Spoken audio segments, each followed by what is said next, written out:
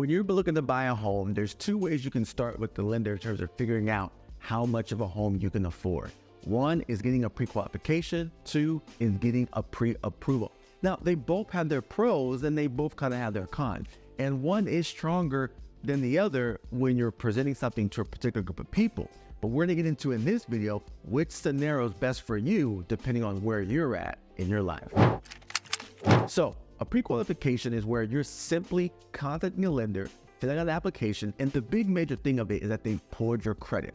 Everything else is just verbal. They're going off of what you said in terms of how much you make, how much you say you have in savings, and everything is verbal except for the credit pull. They know what's on your credit report, they can see your credit scores, but they haven't verified all the other information that you've mentioned. So that's why it's a pre-qualification, okay? It's just kind of like, we think you're good based on what you said, and so we're just gonna go with that for now. But here's the benefits of pre-qualification. Without doing too much work, without putting in too much time, you can go ahead and see if there's anything on your credit report that lenders would have a problem with, if there's anything that they want you to start working on, and you can start putting a plan together to be ready to buy a home in the future.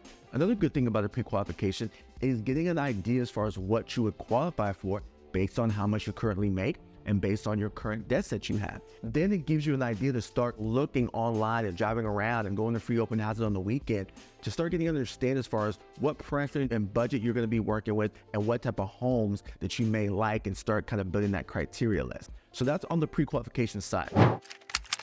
On the pre-approval side, now this is a step above, okay? On the pre-approval, you're gonna put in more time and you're gonna put in more work, but there's a big benefit to it. On the pre-approval side, you're doing more than just verbally giving all your information to the lender and filling out an application.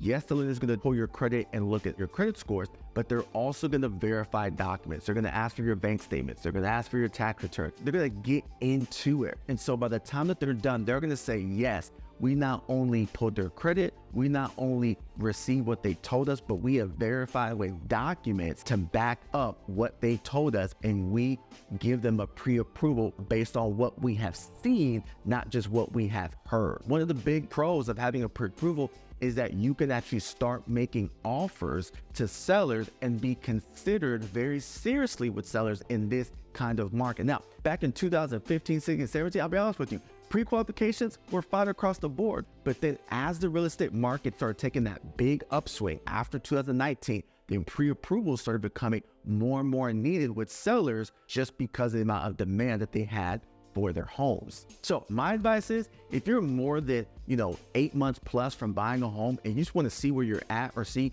what things you need to work on, go for the pre-qualification, right? But if you're under that 8-month time mark, 6 months or less, it's time to get down to the nitty-gritty, and you want to find out anything that could come up front, than rather when you're in the middle of a deal and you have money on the line. And so do the pre-approval and you'll thank me later. Thank you so much for watching this video. Don't forget to subscribe and hit the like button. Keep following us. We have more great content for you. Hope we'll engage with you soon. Appreciate you.